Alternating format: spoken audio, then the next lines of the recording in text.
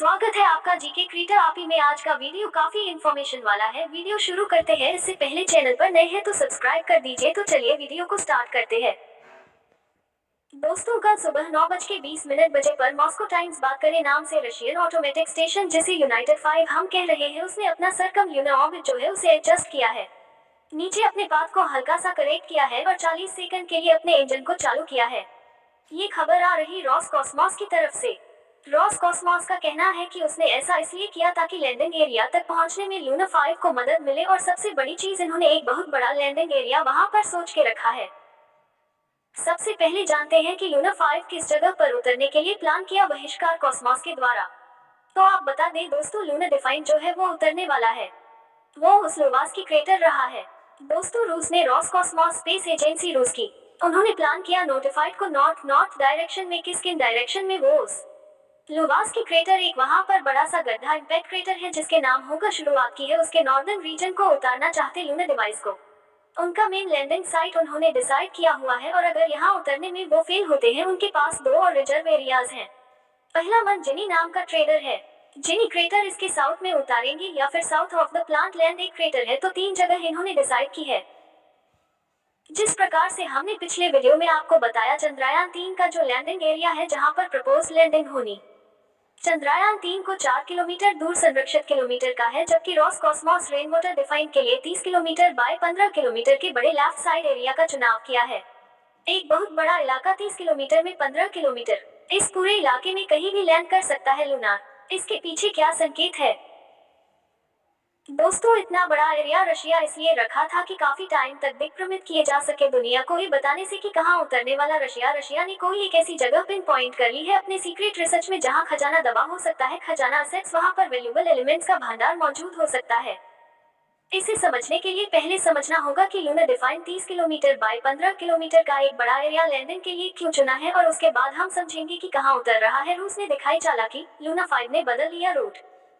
Luna 25 और उस जगह पर क्या मिल सकता है जहां पर ये जो है स्थिति के हिसाब से, परिस्थितियों के हिसाब से लूना ट्रेड फेयर को खुद वाले हैं, और इन्होंने लैंडिंग डेट की घोषणा की है वो 21 अगस्त की है। तो आपको बता दें कि लूना डिफाइन नहीं जो जगह मार्क की, यहाँ पर कुछ खास हो सकता है। रूसियों के हिसाब से, रूसी वैज्ञानिकों के हिसाब से उस लॉस की जो क्रेटर है मंजली क्रेटर है, और एक और पेड़ जिसका मैं नाम आपको बताया। इन तीनों क्रेटर के आसपास पानी की मौजूदगी हो सकती है, इनके अंदर पानी की, इनकी आइस फॉर्म में, बर्फ की फॉर्म में पानी की मौजूदगी हो सकती।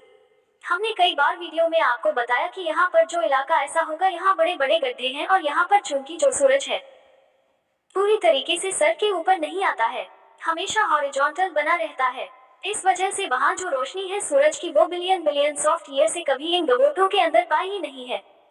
अगर गड्ढों के अंदर पड़ती तो वहाँ अगर पानी मौजूद होता तो वो भाप बनकर हवा में उड़ता, और जो कि चंद्रमा पर कोई भी ग्रेविटी स्टोन नहीं है ज्यादा, और साथ में एटमॉस्फेयर भी नहीं है, पूरा वैक्यूम है, तो सीधे सीधे भाप बनकर के वो अवशोषित हो जाता, अंतरिक्ष में चला जाता है। इसके अलावा लेकिन चूंकि वहाँ सूरज की रोशनी पाती ही नहीं, तो वैज्ञानिकों ने ये डीडी यूज किया है, कैलकुलेट किया है, ये प्रिडिक्ट किया है कि इन अंधेरी जगहों पर पानी अभी भी जमा हो सकता है। बेग कॉमेट के टकराने से वहां पर जो बड़े बड़े गड्ढे बने हैं, वहां पर एस्ट्रॉइड उल्कापिंडों के टकराने से जो बड़े बड़े गड्ढे बने हैं, उसमें बताया जाता है कि उनका पिंडों में धूमकेतुओं में पानी और बर्फ की मौजूदगी रहती है, और वैल्यूएबल मेटल्स, गोल्ड, सिल्वर, कुछ रेयर अर्थ एलिमेंट जिनकी काफी ज्यादा जरूरत है।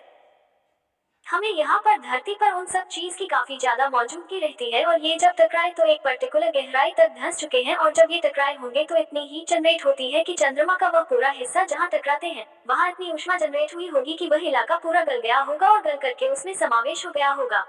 उनका पिंड और धूमकेतुओं के कंटेंट का चंद्रमा के रेगुलेट नीचे तक पहुंच गया होगा। ऐसी स्थिति में पानी से भरा अगर कोई धूमकेतु या सूरज टकराया होगा तो वह अंदर वहां पर स्टोर होगा, और साथ में उसके स्टोर वैल्यूएबल चीजें जो हमारे ब्रह्मांड में घूमने, जो हमारे सोलर सिस्टम में घूम रहे एस्ट्रॉइड के रूप में, तो सारा कुछ वहाँ सेफ है। वहाँ आज तक कोई पहुंचा नहीं, कोई खुदाई हुई नहीं है, तो वहाँ पर बहुत ज्यादा चांसेस हैं, और सारी वैल्यूएबल एलिमेंट्स के मिलने के पूर्व वहाँ पर पानी चीज बर्बाद होने के बहुत चांसेस हैं। हम कहेंगे कि बड़ी चालाकी से रशिया ने चुना है अपना इलाका। भारत ने अभी तक अपने ढूंढ तो है वो उन्होंने डिक्लेयर की है, लेकिन रशिया पहले से क्लियर था कि उसे बोगस रिवाज के क्रेटर में उतरना है, या फिर मेंसनी क्रेटर के आसपास उतरना, या फिर पेंट लाइट क्रेटर के आसपास उतरना। सबसे बड़ी चीज यहाँ पर देखिए, इनके पास एक्टिव मनु रिंग सिस्टम नहीं है। जिस तरीके से हमारे चंद्रयान 3 के पास में वह अपने एरिया को चेक कर सकता है, लेफ्ट राइट अप डाउन सब तरफ से वह अपने आप को मनोवर करके सही जगह पर उतार सकता है, न कि अपने लैंडिंग एरिया को एडजस्ट करने में काफी ज्यादा फ्लेक्सिबिलिटी मौजूद है। चंद्रयान 3 के अंदर उसके अंदर है सा सिस्टम डाला गया है, रॉकेट इंजन है और दूसरी चीजें डली हुई जिससे वह मूवमेंट कर सकता है। लेकिन मनोवर सिस्टम जो है ये थोड़ा वह है, मतलब बॉल अच्छी की एग्रेसिव है, कहेंगे कि थोड़ी पुरानी टेक्नोलॉजी है जो इस्तेमाल कर रहा है।